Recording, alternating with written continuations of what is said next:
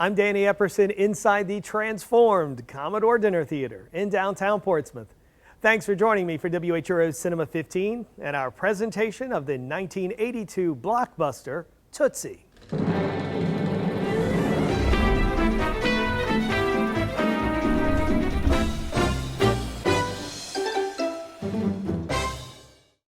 In the interest of full disclosure, I have to tell you that Tootsie is my all-time favorite film. Such a great story, superb acting, and so many memorable moments. The plot is pretty simple. Dustin Hoffman stars as troubled actor Michael Dorsey, who becomes actress Dorothy Michaels to win the role of hospital administrator Emily Kimberly on the daytime soap opera Southwest General. Tootsie spent almost 4 years in pre-production. At least 10 writers worked on the script, including Barry Levinson and Elaine May. In the end, Larry Gelbart, the creator of MASH, and New York playwright Murray Shishgal received the on-screen credit. Sydney Pollack was Hoffman's director pick, but Pollack found the script too simplistic. He agreed to sign on, but only if rewrites could be done. Pollack didn't want to make a farce or one-joke movie. Trying to anchor it in as much reality as possible, hence the desperate avoidance of falsetto, because that would have made it cartoony in a way. And Hoffman didn't want to make it unless he looked and sounded like a lady. In fact, the actor's contract included a clause stating that filming would begin only if he was convincing as a woman. So, to look convincing, the actor spent 2 hours in makeup every day. He shaved his legs, arms, and even the back of his fingers. He taped up his jowls and put in false teeth. Sounding convincing was another obstacle. After trial and error, Hoffman found that speaking with a southern accent sounded the most feminine. I'm an actress. He even practiced by reading Blanche's lines from A Streetcar Named Desire with former Kramer vs. Kramer co-star Meryl Streep. You must be Stanley. I'm Blanche. Oh, you're still sister. Yes. Hoffman also paid close attention to mannerisms. There were certain things I suddenly brought attention to, and that was this. Oh, I don't know. And men don't do that, and it could make me cry now. There's something so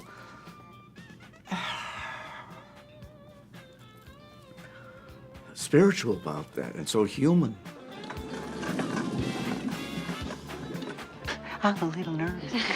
Dustin Hoffman is supported by a stellar cast that includes Jessica Lange, Teri Garr, Charles Durning, Dabney Coleman, George Gaines, and Geena Davis in her first film role. Bill Murray plays Dorsey's roommate, Jeff Slater. Murray requested to appear in the film unbilled because he didn't want audiences thinking they were going to go see a Bill Murray movie. In fact, most of Murray's dialogue is improvised. Hey man, I eat these things once a day, so when customers say, hey, do you eat his food? I can say, yeah, I eat his food. Tootsie was a huge hit for Columbia Pictures and the second highest grossing film of 1982, just behind E.T. Tootsie received 10 Academy Award nominations, which was unusual for a comedy.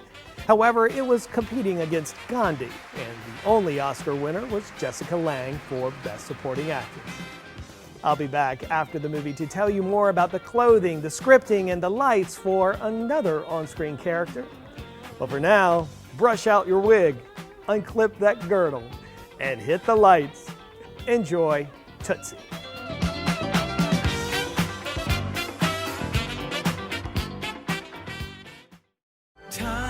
I've seen Tootsie so many times, and I always find myself missing Dorothy in the end.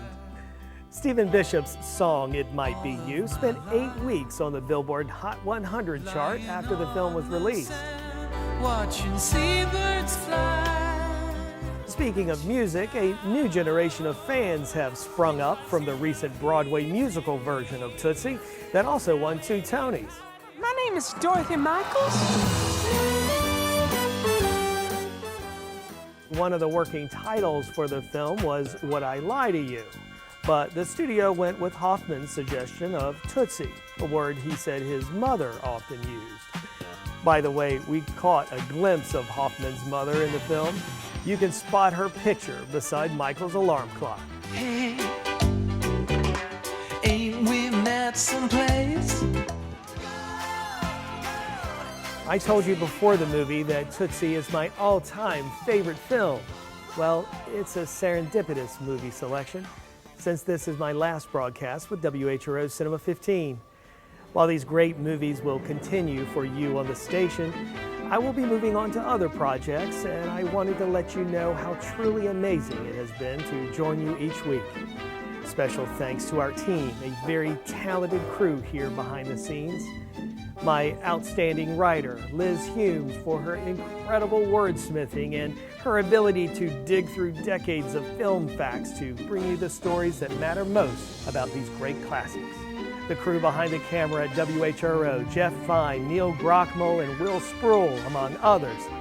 Thank you for keeping me looking my best, even on days I wasn't feeling my best. A special shout out for keeping me perfectly suited up for the part each week, stylist Nick Valentine at Dillard's Lynnhaven in Virginia Beach. Check him out. And to Fred and Tiffany at the amazing Commodore Dinner Theater in downtown Portsmouth. Thank you for opening your doors off hours to let us showcase such a beautiful venue. And most importantly, thanks to you, the movie lover. Thank you for tuning in and enjoying these wonderful films along with me. I've learned a lot right along with you. Remember, movies are the stories we tell about our lives, fictional or not. Every year, Hollywood hatches new classics, and so we'll continue to see how they teach us about our past, our present, and our future. I've been so fortunate to be a part of this experience with you, and I am truly grateful. That's all I have for this week. I'm Danny Epperson, and I will see you out there at the movies.